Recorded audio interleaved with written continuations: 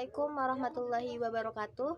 Yang kami hormati kepada Bapak Sastra Yoga MSc selaku dosen pengampu mata kuliah Analisis Informasi Keuangan dan seluruh teman-teman yang berbahagia. Di sini kami dari kelompok 6 izin mempresentasikan hasil diskusi kami yaitu tentang analisis biaya volume. Sebelumnya, perkenalkan dari kelompok 6 terdiri dari saya sendiri, Puja Puspitasari dengan NIM 7101420251. Kemudian ada Ihsania Rifda R dengan NIM 7101420366. Kemudian ada Indra Khwasul Khamsi dengan NIM 7101420355. Dan yang terakhir yaitu ada Nevada Setiabudi dengan NIM 7101420375. Yang pertama, kita akan membahas terlebih dahulu terkait konsep dasar analisis biaya, volume, dan laba. Di sini, analisis biaya, volume, dan laba atau BVL atau biasa disebut dengan cost volume profit ini merupakan alat yang berguna untuk perencanaan dan pembuatan keputusan. Analisis biaya, volume, dan laba menekankan pada hubungan antara biaya, volume, dan laba itu sendiri atau kuantitas penjualan. Analisis ini juga merupakan alat yang berguna untuk mengidentifikasi permasalahan yang berhubungan dengan perencanaan penjualan dan membantu perusahaan dalam memecahkan permasalahan tersebut. Jadi, salah satu fungsi analisis biaya, volume, dan laba ini adalah berguna untuk mengidentifikasi permasalahan yang berhubungan dengan perencanaan penjualan tersebut. Yaitu pemahaman mengenai aplikasi konsep biaya, volume, dan laba dapat digunakan oleh manajemen sebagai dasar untuk merencanakan komposisi tingkat volume, biaya, dan laba yang menguntungkan. Sebagai komponen yang saling berhubungan, komposisinya harus berada pada titik yang optimal. Studi mengenai hubungan antara pendapatan, biaya, volume, dan laba dikenal sebagai analisis hubungan biaya, volume, laba. Hal yang menjadi elemen utama dalam analisis ini adalah mencakup yang pertama, harga jual produk. Kemudian yang kedua ada volume penjualan atau tingkat aktivitas. Yang ketiga ada biaya variabel per unit. Dan yang keempat ada total biaya tetap. Dan yang terakhir yaitu komposisi dari kombinasi produk terjual.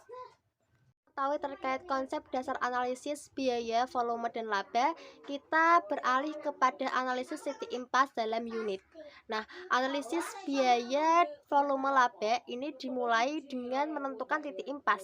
Titik impas ini biasanya disebut dengan break even point. Apa sih yang dinamakan dengan break even point? Break even point adalah titik di mana total pendapatan sama dengan total biaya. Titik di mana laba sama dengan 0. Jadi di mana pendapatan dan biaya itu tidak ada keuntungan ataupun kerugian.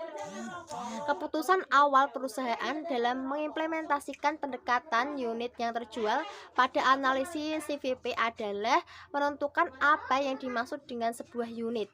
Keputusan kedua terpusat pada pemisahan biaya menjadi komponen tetap dan variabel. Baik, untuk perhitungan dari analisis titik impas dalam unit akan disampaikan oleh teman saya. Selanjutnya itu dalam perhitungannya analisis titik impas ini mengikut sertakan perhitungan laba operasi. Adapun biaya yang diperhitungkan adalah biaya tetap dan biaya variabel.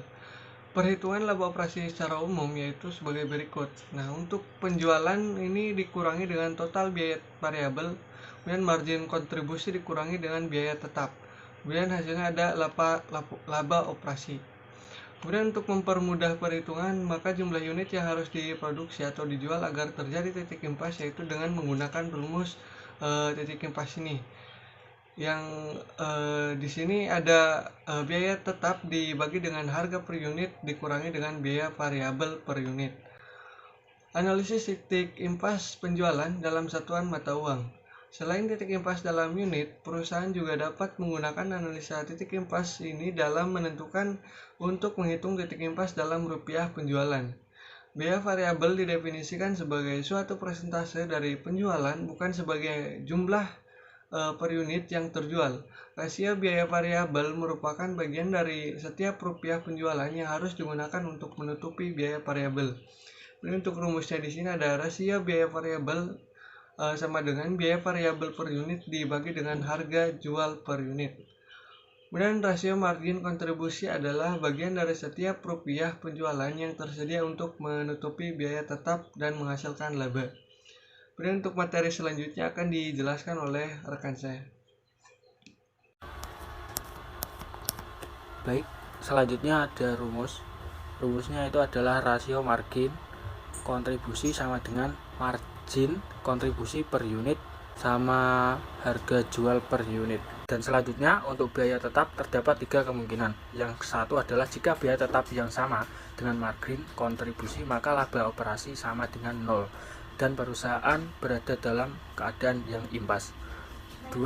Jika biaya tetap yang lebih kecil dari margin kontribusi maka perusahaan menghasilkan laba atau laba operasi yang positif. Ketiga, jika biaya tetap yang lebih besar dari margin kontribusi, perusahaan mengalami kerugian operasi. Selanjutnya ada jadi titik impas berdasarkan nilai penjualan. Satuan mata uang dapat dihitung dengan menggunakan rumus titik impas penjualan kurung RP sama dengan rasio biaya variabel kali penjualan plus biaya tetap. Sedangkan untuk menentukan penjualan perusahaan untuk menghasilkan target laba yang diinginkan dapat dihitung dengan cara target laba kurung RP sama dengan rasio margin kontribusi kali penjualan plus biaya tetap. Selanjutnya ada analisis multiproduk. Dalam analisis multiproduk perlu dilakukan pemisahan antara beban tetap langsung dan beban tetap umum. Beban tetap langsung adalah biaya tetap yang dapat ditelusuri ke setiap produk dan akan hilang jika produk tersebut tidak ada. Beban tetap umum adalah biaya yang tetap tidak dapat ditelusuri ke produk dan akan tetap muncul meskipun salah satu produk dieliminasi. Margin produk impas masing-masing produk hanya akan menutup biaya tetap langsung, sementara itu biaya tetap umum masih belum tertutupi. Maka dari itu, untuk mengatasi masalah tersebut dapat dilakukan dengan melakukan bauran penjualan atau sales mix. Lalu di sini ada lanjutan dari slide sebelumnya, yaitu bauran penjualan adalah kombinasi relatif dari berbagai produk yang dijual perusahaan. Penentuan bauran penjualan memungkinkan untuk mengkonversi masalah multiproduk ke dalam format CVP produk tunggal. Untuk menggunakan pendekatan titik impas dalam unit, harga jual per paket dan biaya variabel per paket harus diketahui. Untuk menghitung nilai-nilai paket tersebut diperlukan bauran penjualan, harga setiap produk, dan setiap biaya variabel. Lalu untuk menghitung nilai-nilai paket digunakan rumus, yaitu paket impas sama dengan representasi grafis biaya volume dan laba dibagi margin kontribusi per paket. Selanjutnya, ada perubahan dalam variabel biaya volume dan laba. Pertama, pihak manajemen harus menyadari sifat ketidakpastian dari harga, biaya, dan kuantitas di masa depan. Lalu, para manajer bergerak dari pertimbangan titik impas ke pertimbangan kisaran titik impas. Para manajer juga dapat menggunakan analisis bagaimana jika selain analisis sensitivitas. Lalu, slide selanjutnya yaitu lanjutan dari slide sebelumnya, yaitu margin pengamanan atau margin of safety adalah unit yang terjual atau diharapkan terjual atau pendapatan yang dihasilkan atau diharapkan untuk dihasilkan melebihi volume impas. Margin pengaman dapat dipandang sebagai ukuran kasar dari resiko. Lalu ada pengungkit operasi atau operating leverage, merupakan penggunaan biaya tetap untuk menciptakan perubahan presentase laba yang lebih tinggi ketika aktivitas penjualan berubah. Tingkat pengungkit operasi untuk tingkat penjualan tertentu dapat diukur dengan menggunakan rasio margin kontribusi terhadap laba, yaitu untuk menghitungnya ada rumusnya, yaitu tingkat pengungkit operasi sama dengan margin kontribusi dibagi laba operasional. Selanjutnya yaitu analisis biaya volume dan laba. Analisis JVP konvensional mengasumsikan semua biaya perusahaan dapat dikelompokkan dalam dua kategori. Yang pertama biaya variabel dan yang kedua biaya tetap. Pada sistem perhitungan biaya berdasarkan aktivitas, biaya dibagi dalam kategori berdasarkan unit dan non-unit. Perbandingan antara titik impas ABC dengan titik impas konvensional mengungkapkan dua perbedaan yang signifikan, yaitu pertama, biaya tetapnya berbeda. Beberapa biaya yang sebelumnya diidentifikasi sebagai biaya tetap dapat berbeda dengan penggerak. Lalu yang kedua, pembilang pada persamaan impas ABC memiliki dua istilah biaya variabel non-unit.